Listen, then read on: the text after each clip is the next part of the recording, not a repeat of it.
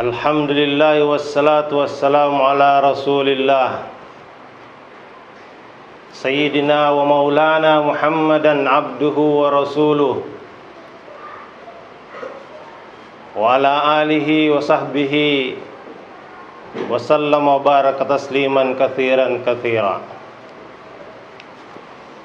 Allahumma salli ala Sayyidina Muhammadin wa ala alihi wa sahbihi أجمعين أما بعد وقال تعالى بعد أعوذ بالله من الشيطان الرجيم يا أيها الذين آمنوا اتقوا الله وقولوا قولا سديدا يصلح لكم أعمالكم ويغفر لكم ذنوبكم ومن يطع الله ورسوله فقد فاز فوزا عظيما وقال أيضا يا أيها الذين آمنوا اتقوا الله حق تقاته ولا تموتن إلا وأنتم مسلمون. عباد الله أوصيكم ونفسي بتقوى الله اتقوا الله حق تقاته لعلكم ترحمون. Jemaah salat Jumat yang semoga dirahmati Allah Subhanahu wa taala. Semoga Allah taala jadikan kita sebagai hamba yang senantiasa mempersiapkan kehidupan akhirat. Karena sesungguhnya dunia ini bukan tempat tinggal tapi tempat meninggal. Sekarang ini kita berjalan di permukaan bumi, tapi sebentar lagi kita akan dipendam di bawah permukaan bumi. Dan akhirat ini tidak jauh. Ada orang sore-sore masih duduk di dalam beranda, malam harinya sudah berbaring di dalam keranda. Ada orang maghrib masih di dunia, tetapi isya sudah sampai di akhirat. Jadi sebaik-baik kepahaman yang harus kita usahakan adalah bagaimana meyakini bahwa kekayaan yang paling utama, yang paling menguntungkan adalah taat kepada Allah Subhanahu wa taala.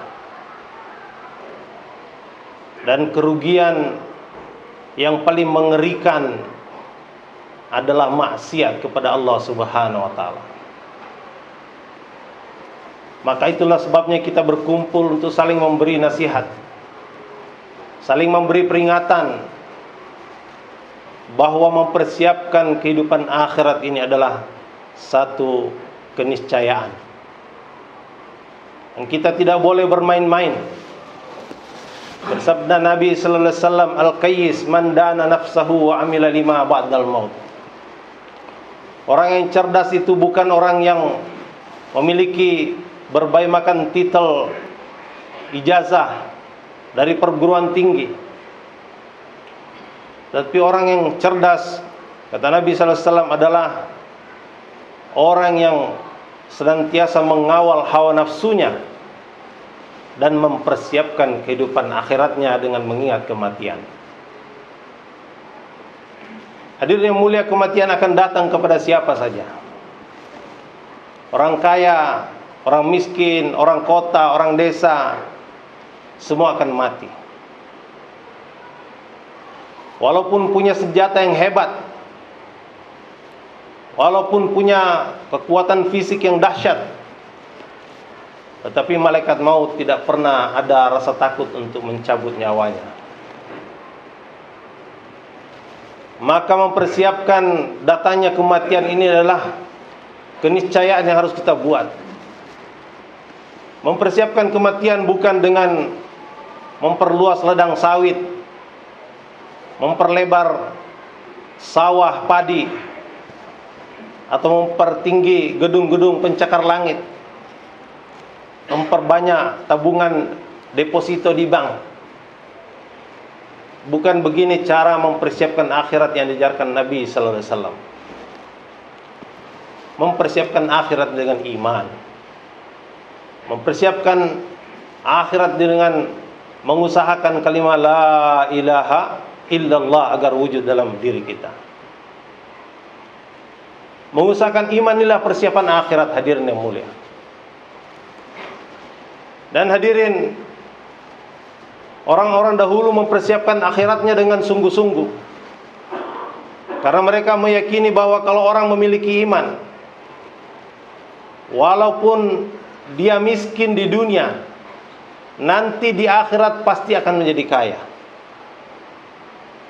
Kalau miskin di dunia paling lama 60-70 tahun, tapi dia akan kaya selama-lamanya di akhirat. Tapi kalau tidak punya iman, hadirin yang mulia, maka walaupun dia kaya raya di dunia, walaupun dia punya gunung dan lautan di dunia, walaupun punya bongkahan-bongkahan emas di dunia, begitu nyawanya dicabut, dia akan jatuh miskin.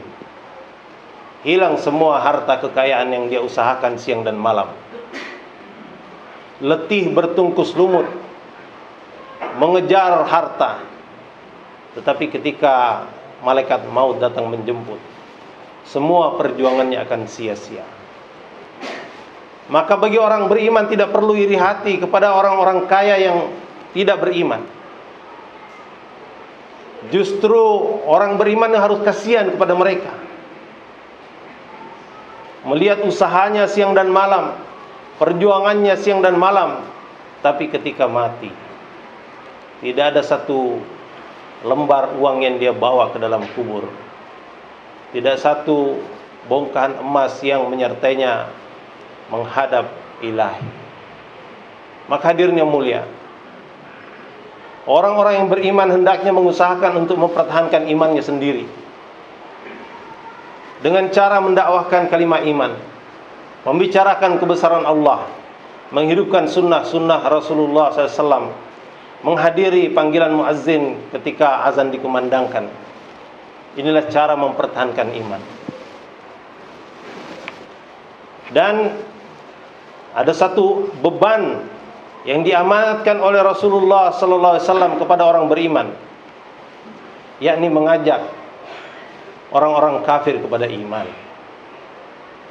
Ballighu anni walau ayah. Ini adalah perintah Nabi sallallahu alaihi wasallam. Sampaikan dariku walaupun satu ayat.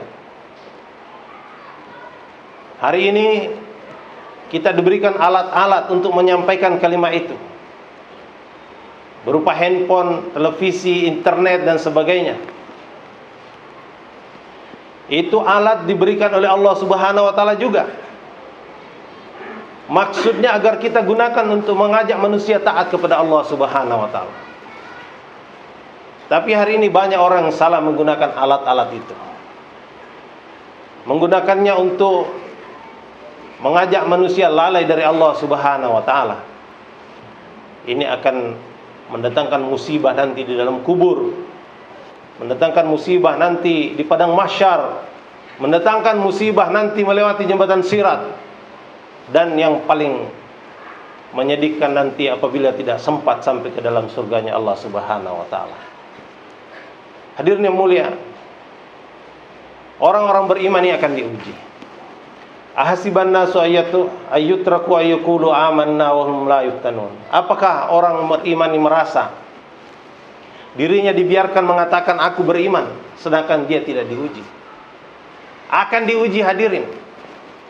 Ada orang diuji dengan harta kekayaan, ada orang diuji dengan pangkat jabatan, ada orang diuji dengan kesehatan, ada orang diuji dengan musibah dan bencana dan penyakit. Bahkan ada orang diuji dengan tamu. Datangnya tamu adalah ujian, hadirin yang mulia. Para sahabat radhiyallahu anhum memahami bahwa kedatangan tamu adalah ghanimah. Kedatangan tamu adalah kekayaan. Itu sebabnya Sayyidina Ali karramallahu wajhah pernah kedapatan menangis terseguk-seguk di tepi masjid. Sehingga orang bertanya, "Wahai Ali, kenapa engkau menangis?"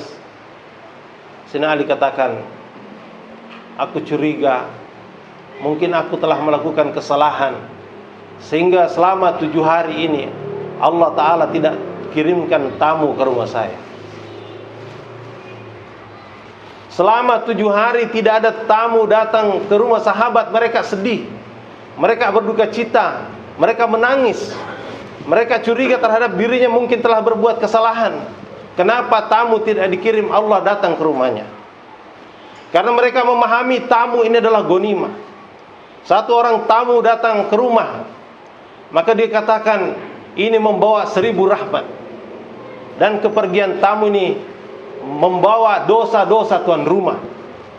Bahkan dalam satu kisah dikatakan, satu orang tamu pergi dari satu kampung atau pergi dari satu rumah, maka tamu ini membawa dosa ahli-ahli kampung, ahli-ahli rumah, walaupun jumlahnya 1000 orang. Itu sebabnya Nabi memerintahkan, memberikan arahan, man kana yu'minu billahi wal yawmil akhir falyukrim dhaifah. Siapa yang beriman kepada Allah dan hari akhir, maka hendaknya memuliakan tamu. Hadirnya mulia, para sahabat sangat memuliakan tamu.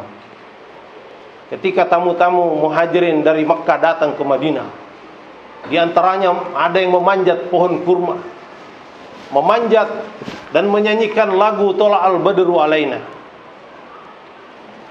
menyampaikan ucapan welcome, selamat datang kepada tamu-tamu yang datang kepada mereka. Dan akibat daripada perlakuan mereka kepada tamu, Allah Ta'ala selesaikan seluruh persoalan-persoalan kehidupan mereka.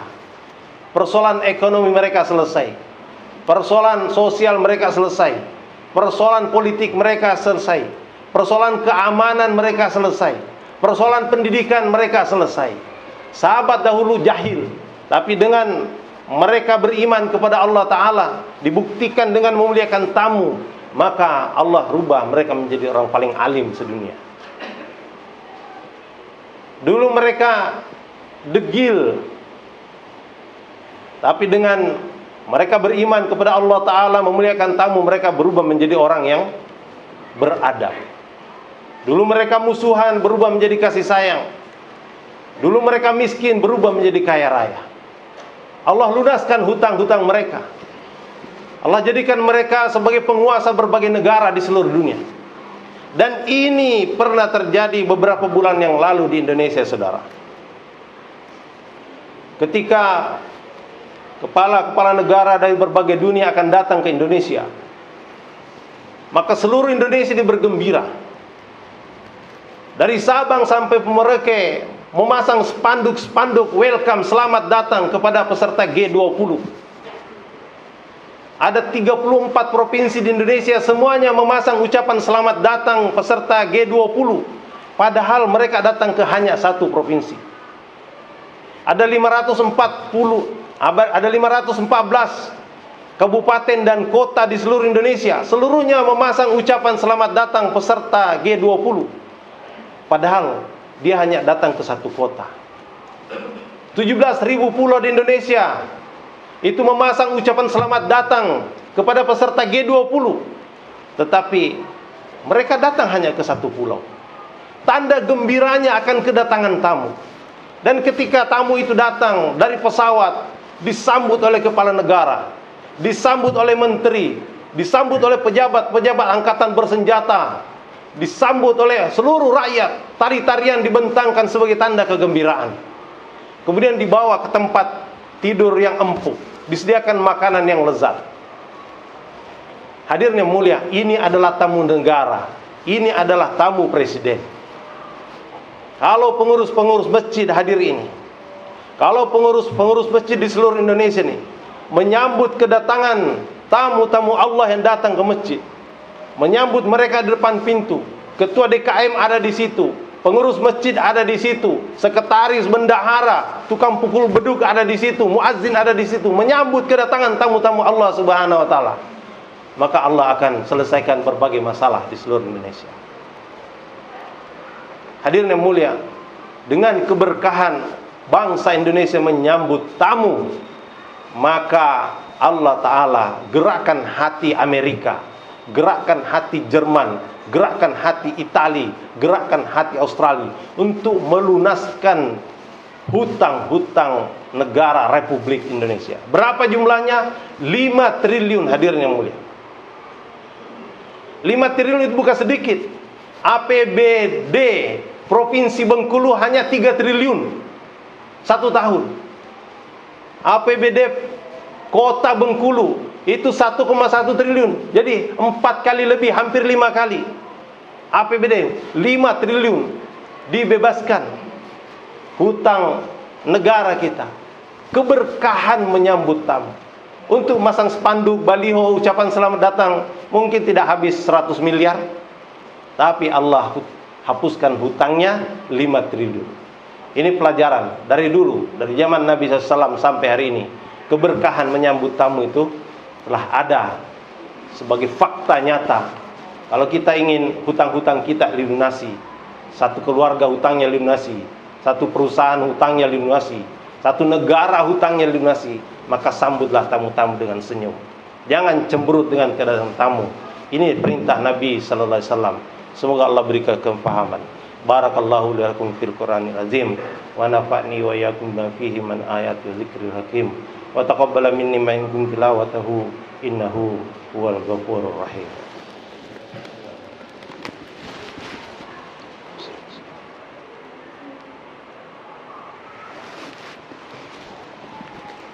Alhamdulillah, nahmaduhu wa nasta'inuhu wa nastaghfiruhu wa nu'minu bihi wa natawakkalu alayhi wa na'udzu billahi min shururi anfusina wa min sayyiati a'malina.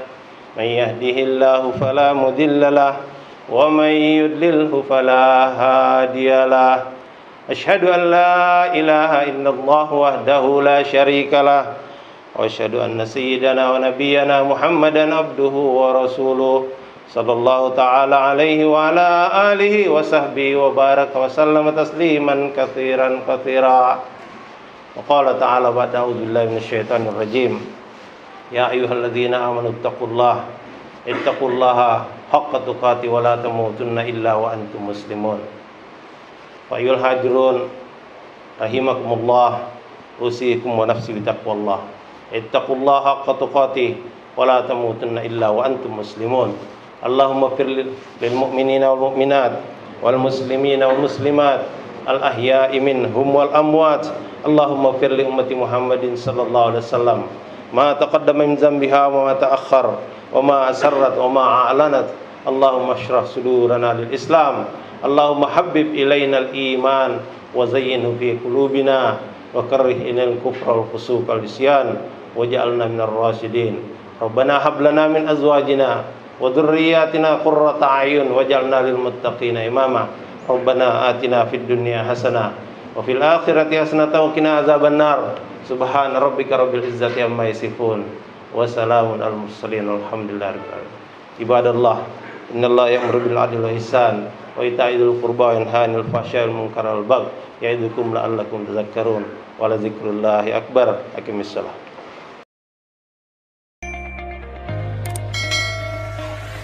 Cambiabei.